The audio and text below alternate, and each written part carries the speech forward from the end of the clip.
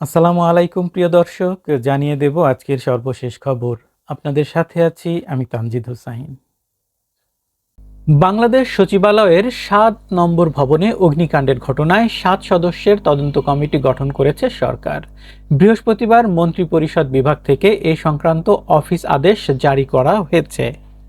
আদেশে বলা হয়, বুধবার রাত ২:৩০টায় সচিবালয়ের ৭ নম্বর ভবনে অগ্নিকাণ্ডের বিষয়ে তদন্তের জন্য তদন্ত কমিটি গঠন করা হলো। কমিটিতে জননিরাপত্তা বিভাগ, দুর্যোগ ব্যবস্থাপনা ও ত্রাণ মন্ত্রণালয়, স্থানীয় সরকার বিভাগ এবং গৃহায়ন ও গণপূর্ত মন্ত্রণালয়ের একজন করে প্রতিনিধিকে রাখা হয়েছে, যারা যুগ্ম সচিব থেকে উপরের পদমর্যাদার হবেন বলে আদেশে উল্লেখ করা হয়েছে।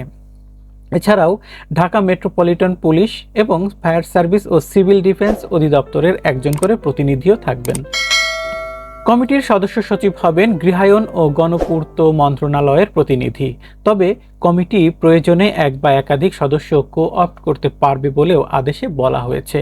কমিটির কার্যপরিধি উল্লেখ করে বলা হয়েছে, এই কমিটি সংঘটিত অগ্নিকাণ্ডের উৎস ও কারণ উদ্ঘাটন, অগ্নি দুর্ঘটনার পেছনে কারো ব্যক্তিগত বা পেশাগত দায় দায়িত্ব আছে কিনা তা উদ্ঘাটন এবং এ জাতীয় দুর্ঘটনা প্রতিরোধকল্পে সুপারিশ প্রণয়ন করবেন।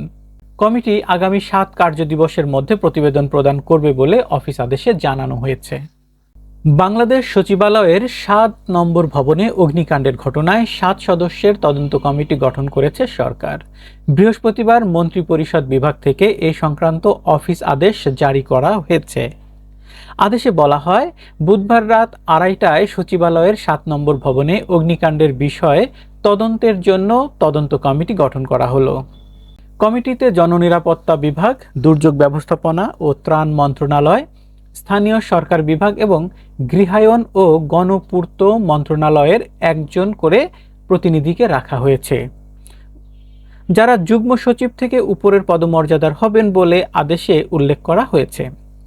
এছাড়াও ঢাকা মেট্রোপলিটন পুলিশ এবং ফায়ার সার্ভিস ও সিভিল ডিফেন্স অধিদপ্তরের একজন করে প্রতিনিধিও থাকবেন। কমিটির সদস্য সচিব হবেন গৃহায়ন ও গণপূর্ত মন্ত্রণালয়ের প্রতিনিধি। তবে কমিটি প্রয়োজনে এক বা একাধিক সদস্য কো-অপ্ট করতে পারবে বলেও আদেশে বলা হয়েছে। কমিটির কার্যপরিধি উল্লেখ করে বলা হয়েছে, এই কমিটি সংঘটিত অগ্নিকাণ্ডের উৎস ও কারণ উদ্ঘাটন, অগ্নি দুর্ঘটনার পেছনে কারো ব্যক্তিগত বা পেশাগত দায় দায়িত্ব আছে কিনা তা উদ্ঘাটন এবং এ জাতীয় দুর্ঘটনা প্রতিরোধকল্পে সুপারিশ প্রণয়ন করবেন। কমিটি আগামী ৭ কার্যদিবসের মধ্যে প্রতিবেদন প্রদান করবে বলে অফিস আদেশে জানানো হয়েছে। প্রিয় দর্শক, আজ এ পর্যন্তই। নতুন কোনো খবর নিয়ে আবারও হাজির হব। সে পর্যন্ত সবাই ভালো থাকবেন। চ্যানেলটিকে সাবস্ক্রাইব করে না থাকলে এখনই সাবস্ক্রাইব করুন এবং পাশে থাকা বেল আইকনটি বাজিয়ে দিন। আর ফেসবুক থেকে দেখে থাকলে ফলো দিতে ভুলবেন না। এতে সবার আগে আপডেট নিউজ পেয়ে যাবেন আপনার নোটিফিকেশনে। আসসালামু আলাইকুম।